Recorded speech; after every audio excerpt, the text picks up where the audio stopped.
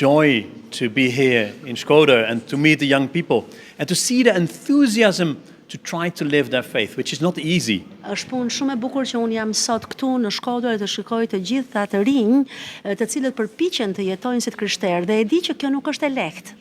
So that's why today we started with a little reflection, and these young people thought about the questions that they have in their lives, and especially the challenges that they are Dhe facing. jap se sot në takimin e nisëm pikërisht me një reflektim mbi sfidat që të rinjt hasin në jetën e tyre.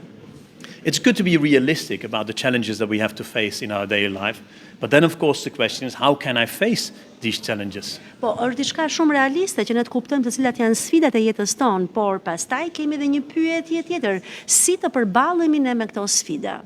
And what we said then, well, the first is your faith and the person of Jesus Christ. They can help you to grow in faith, and Jesus wants to be very close to everyone who calls out his name. Dhe kuptohet që gjëja e parë është besimi dhe Krishti na ndihmon pikërisht që ne të jetojmë ashtu si duhet dhe ai vjen në ndihmë secilit që e thret emrin e tij.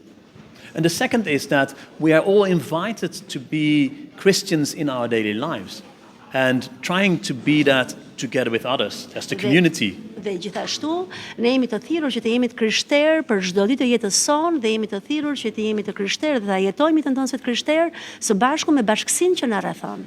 We hope to live in community and learn that first of all in our families, in growing in faith, in growing in relationship, but then there's also other areas where we encounter the community. Dhe komuniteti i parë, bashkësia e parë në cilën ne rritemi është familja jonë. Është familja jonë, janë familjarët tanë që na ndihmojnë të rritemi, por gjithashtu pastaj përveç familjes kemi dhe miqt që na ndihmojnë të rritemi gjithashtu. As the expanded family of our friends with whom we are trying to live our lives of faith, but there's also the family of everyone who wants to be a follower of Jesus, the church. Dhe gjithashtu ne kemi pra miqtan të cilët na ndihmojnë të rritemi në marrëdhënie me Zotin, por gjithashtu kemi dhe miq më të gjerë që është familja e madhe në Krishtin, pra që janë të gjithë besimtarët që dëshirojnë të ndjekin Jezu Krishtin. And then the third way in which we are looking at finding help to face the challenges of daily life are the saints. And Father just spoke very beautifully about the importance of the example of the saints. Dhe gjithashtu, mënyra e tretë që na ndihmon ne të jetojmë jetën tonë si të krishterë është pikërisht shembulli i shenjtërve, të cilët Padri na e tregoi shumë mirë se sa të rëndësishëm janë pra për jetën tonë të përditshme.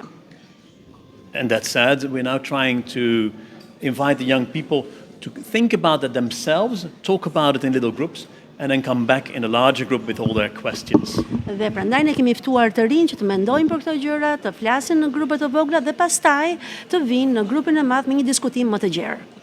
Cili është raporti që kanë sot të rinj me Zotin? What is the relationship of young people today with God, and is technology putting them away from God? I think that today, as in the past, deep in the heart of young people and also the not so young people, there's a great desire for God. Unë besoj se si sot, ashtu edhe në të shkuarën, brenda në thellësi të zemrës së njeriu ka një dëshirë shumë të thellë për Zotin. But it's not always easy to recognize that, and especially it's difficult to listen to the voice of God when there's so much going on in daily life. Pra, por nuk është e lehtë ta kuptojmë këtë zërin e Zotit që na flet për brenda, kur ka kaq shumë gjëra që na rrethojnë dhe na zën me veprimtari gjatë ditës sonë. In the initiative that we set up, DioQuest, we started with the questions of young people of today. Dhe gjithashtu në këtë aplikacionin DioQuest ne kemi filluar pikërisht pra të vendosim pyetjet që kanë të rinjt për jetën e tyre sot. So we started listening to what those young people are searching for. Pra ne filluam të dëgjonim se çfarë kërkojnë të rinjt. And then the next step is to search for answers together. Dhe pastaj hapi tjetër është të gjejmë përgjigjet së bashku. And in doing so, we try to use all the means that are available. Dhe pastaj këtë e bëjmë duke përdorur të gjitha mjetet që i kemi në përdorim. We have books like Tweeting with God and Online with Saints, Pastaj kemi 2 librat në Twitter me Zotin dhe online me shenjtërit, but also apps, because this little machine here is something that all the people, especially young people, are using a lot today. Gjithashtu kemi bërë dhe një aplikacion sepse telefoni është një mjet që e përdorin të gjithë dhe në mënyrë të veçantë të rinjt. And currently we're also developing a chatbot. So we try to use technology that is available today to speak about God and help people find answers to their questions about God. Gjithashtu kemi krijuar edhe një dritare bashkë bisedimi me të rinjt në mënyrë që ne t'ju përgjigjemi pyetjeve që ata kanë për Zotin. When we're speaking about the challenges that we are facing earlier today, we recognized with young people how AI can seemingly take you away from that which is most important. Dhe ajo çfarë folëm tash paradite me të rinjt ishte pikërisht pra edhe roli i inteligjencës artificiale, se si ajo mund të duket sikur I largon pak ata nga Zoti. AI cannot believe in God. AI cannot be baptized. AI cannot love. That's our task as human beings. Inteligjenca nuk bën dot ato gjëra që bëjnë njerëzit. Inteligjenca nuk mund të dashurojë, inteligjenca nuk mund të pagëzohet, inteligjenca nuk mund të ndjejë si njerëzit. But technology and artificial intelligence can play a role in our search for God.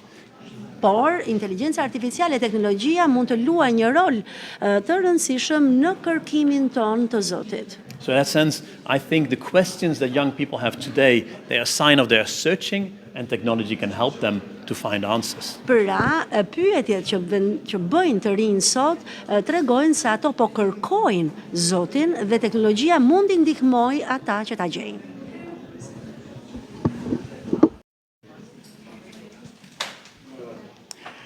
Përshëndetje të gjithëve, falenderojmë shumë të rinjt e Kishës Katolike të Shkodrës që sot kanë menduar këtë takim tamam për të rinjt për të rinjt.